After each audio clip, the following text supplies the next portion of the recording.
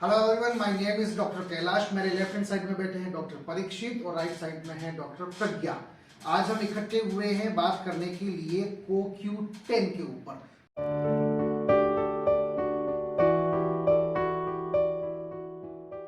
CoQ10 is basically an enzyme.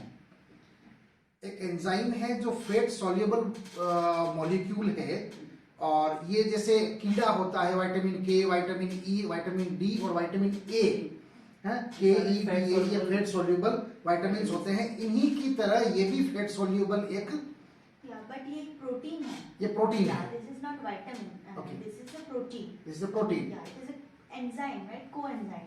तो जो enzymes होते हैं वो प्रोटीन्स होते हैं। ओके, मतलब प्रोटीन्स एंजाइम होते हैं। Not all proteins are enzyme. हाँ, but all enzymes are protein. तो इसमें कंस्टिट्यूएंट जो है वो प्रोटीन होता है। ओके, इंपॉर्टेंट बात ये है कि ये फैट सॉल्युबल जो है मॉलिक्यूल है, ये एक पावरफुल एंटीऑक्सीडेंट भी है, ये फ्री रेडिकल स्कैवेंजर है, और बॉडी में इसकी रिक्वायरमेंट सबसे ज्यादा है। इसको 95% रिक्वायरमेंट। 95% बॉडी की जो ऊर्जा है, जो एटीपी जनरेशन है, वो it is because of CoQ10 enzyme. अगर हम CoQ10 को डिवाइड करें, Q जो है इसको क्विनोन।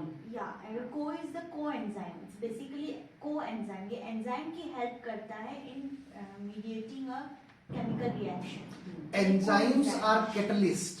एंजाइम जो है वो हमारी बॉडी के जो केमिकल रिएक्शंस हैं, है ना, कुछ क्रियाएं हैं जिनको कैरी आउट करने की जरूरत होती है, ये उनके मीडिएटर्स हैं। एजेंट के एजेंट। और ये CoQ10 जो है वो एंजाइम्स का एंजाइम है, यानी को एंजाइम है उसका।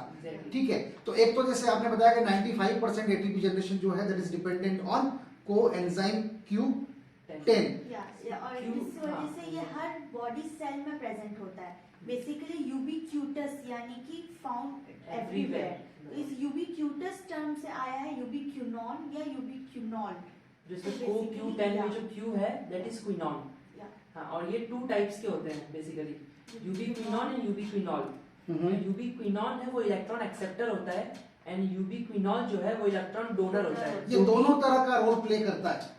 यूबिक्यूनॉन भी बन जाता है और यूबिक्यूनॉल भी बन जाता है, जैसी बॉडी की रिक्वायरमेंट होती है। डोनर, जो डोनर है वो एंटीऑक्सीडेंट होता है, उसकी तरह एक्ट करता है। जो फ्री रेडिकल्स होते हैं हमारी उसको बॉडी scavenge में, करना। या जो फ्री रेडिकल्स हैं जो हमारी बॉडी के सेल्स को हार्म करती है, बेसिकली जाकर के बॉडी सेल्स को अटैक करती है, बिकॉज उनके पास एक इलेक्ट्रॉन की कमी रहती है, तो वो बॉडी सेल्स से वो इलेक्ट्रॉन लेने की कोशिश करती है।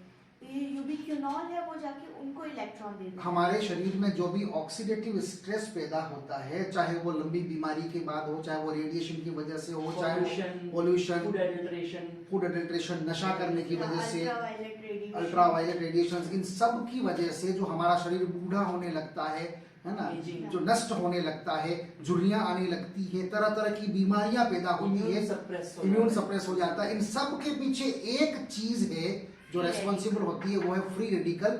और ये फ्री रेडिकल्स का दुश्मन है, ये फ्री रेडिकल स्कैवेंजर है। फ्री रेडिकल्स को हमारी बॉडी में चुन चुन के ये खाता है। कहाँ रहता है? आपने बताया कि ये एवरी सेल में अवेलेबल है, माइटोकॉन्ड्रिया में, जो पावर हाउस होता है सेल का, उसमें ये अवेलेबल रहता है।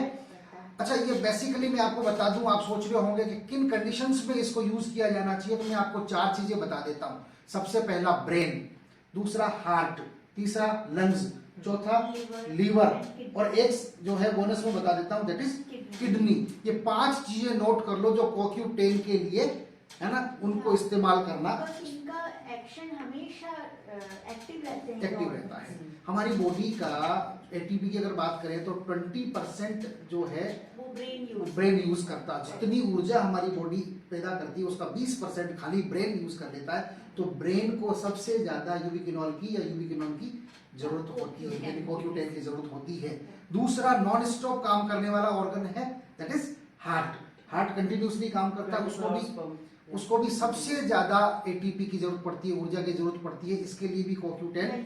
जो भी हार्ट कंडीशंस होते हैं, कंजेस्टिव हार्ट फेलियर या एट्रियल फिब्रिलेशन, इन सब कंडीशंस में, या ब्रेन की बात करें, मायोकार्डियल इन्फेक्शन, एथेरोस्क्लेरोसिस हुआ, है ना। ब्रेन से रिलेटेड अगर एज रिलेटेड डिजनरेशन देखें तो पार्किंसंस न्यूरोजेनेटिव या न्यूरोजेनेटिव डिमेंशिया, डिमेंशिया है ना, याददाश्त की कमी, भूलने की बीमारी वगैरह, इन सब में, है ना, स्ट्रेस में भी, इन सब में भी ये हेल्पफुल होता है। एक बात मैं ऐड करना चाहूंगा कि हाँ। ये लाइफ टाइम नहीं बनता है हमारी बॉडी में। CoQ10 जो है एक सर्टेन एज लिमिट होती है इसकी 25 to 30 इयर्स, उस एज में ये डिप्लीशन स्टार्ट हो जाता है इसका। डॉक्टर मेंटल एंड हार्ग्रीव्स ने एक स्टडी की थी हाँ। 2019 में। हाँ।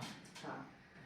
डॉक्टर मेंटल एंड हार्ग्रीव्स ने 2019 में एक स्टडी करी थी, वो सबमिशन जो हुआ था तो उसमें पता लगा था कि हमारी बॉडी ऑटोमेटिकली चूंकि बनाती है CoQ10, लेकिन 25 साल की उम्र के बाद इसका बनना कम हो जाता है। 30 साल की उम्र के बाद में तो ये करीब करीब बनना बंद ही।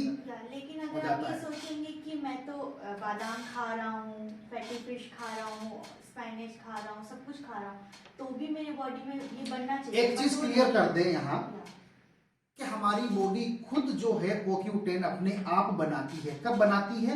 इसको बनाने के लिए 8 तरह के विटामिन्स और मिनरल्स की जरूरत होती है। इसके अलावा meet, soybean oil, sea food, groundnuts, इन चीजों से ये CoQ10 का निर्माण करती है। लेकिन कब तक? डॉक्टर मेंटल ने कहा है कि 30 साल के बाद ये बॉडी बनाना बंद कर देती है। चाहे जितना मीट खा लो, चाहे जितना आप ग्राउंडनट खा लो, काजू खा लो, सप्लीमेंट ही लेना पड़ेगा उसके लिए। मेरे पास कुछ स्टडीज है। 1957 में डॉक्टर फ्रेडरिक क्रेन ने बताया था।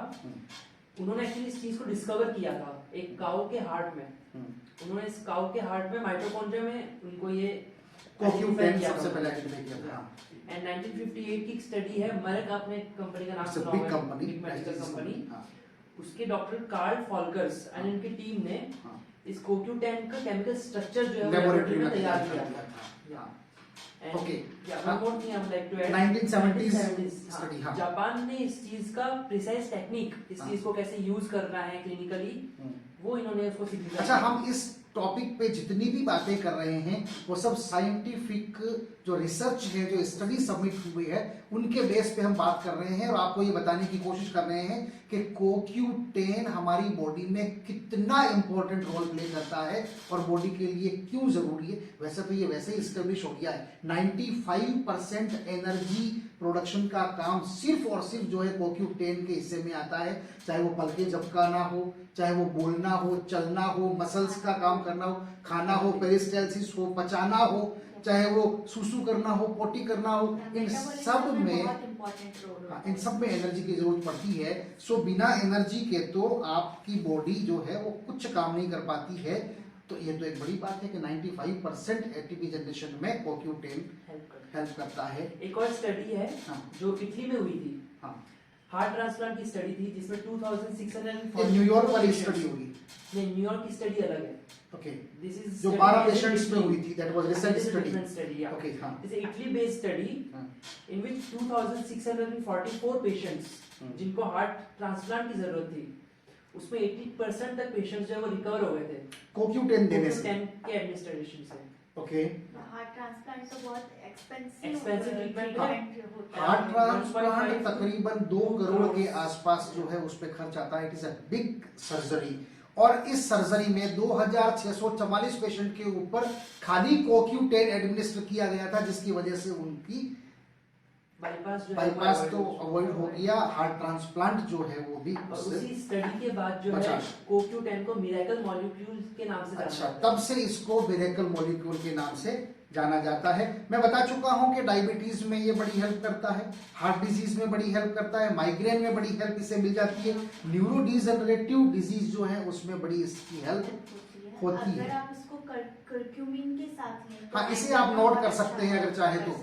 करक्यूमिन के साथ आप ले सकते हैं। जब आप माइग्रेन के पेशेंट को आप देते हैं तो बड़ा अच्छा इसका रिजल्ट मिलता है। डायबिटीज के लिए फैटी एसिड के साथ दे सकते हैं। फैटी एसिड का मतलब स्पाइरुलिना हो गया, सीबकथॉर्न हो गया, इनमें 7 भी उसमें होता है। और ये स्टडी मैं आपको बता दूं, ये भगवान ने कहा है। हाँ, तो जब भगवान ने स्वयं कहा है तो फिर तो इस बात को मानना ही पड़ेगा। डॉक्टर भगवान एंड मिस्टर चोपड़ा 2006 की एक स्टडी है। इससे CoQ10 का एब्जॉर्प्शन एंड एसिमिलेशन फास्ट हो जाता है। फास्ट तो हो अगर आप जाता है। फैटी एसिड्स वाले फूड के साथ आप लें अगर उसको, हाँ। तो आपका एसिमिलेशन फास्ट होगा उसमें। ठीक है, इसके साइड इफेक्ट्स जो है सो फार एज कोई बहुत मिनिमल साइड इफेक्ट है, इंसोम्निया, थोड़ा सा जो सर्कुलेशन हो जाता है, नींद diarrhea। का आना थोड़ा सा 1-2 दिन के लिए डिस्टर्ब हो सकता है, हल्का सा स्टमक अपसेट हो सकता है। Contraindication है। प्रेग्नेंट लेडीज में अवॉइड करना चाहिए। प्रेग्नेंट और एक और चीज, जो ब्लड थिनर जो है स्टेटिन Statin जिन है, पेशेंट्स को blood ले रहे हैं उसको नहीं देना चाहिए। ठीक है, इसके अलावा ये सेफ ड्रग है, ड्रग नहीं है सॉरी, ये तो सप्लीमेंट है, Supplement। तो that can be given to any patient. But एक खास बात जो मैं अंत में आपको बता दूं, ये जितनी भी बातें हमने करी है ये रिसर्च और स्टडी बेस्ड बातें हैं, साइंटिफिक एविडेंसेस के साथ में है। Even though before taking CoQ10 और any supplement you must consult your qualified doctor, और उनकी देख रेख में ही कोई भी चीज आपको लेनी चाहिए। Otherwise in my opinion CoQ10 is a miracle molecule, और इस बात से इनकार नहीं किया जा सकता, बड़ी सर्जरीज को भी टाला जा सकता है, इसे डेफिनेटली लिया जाना चाहिए। अगले और वीडियो में हम आपके साथ और जुड़ेंगे, डिफरेंट अलग अलग हर्ब्स और सप्लीमेंट्स के बारे में आपसे बात करेंगे। तब तक के लिए आज्ञा दीजिए, नमस्कार।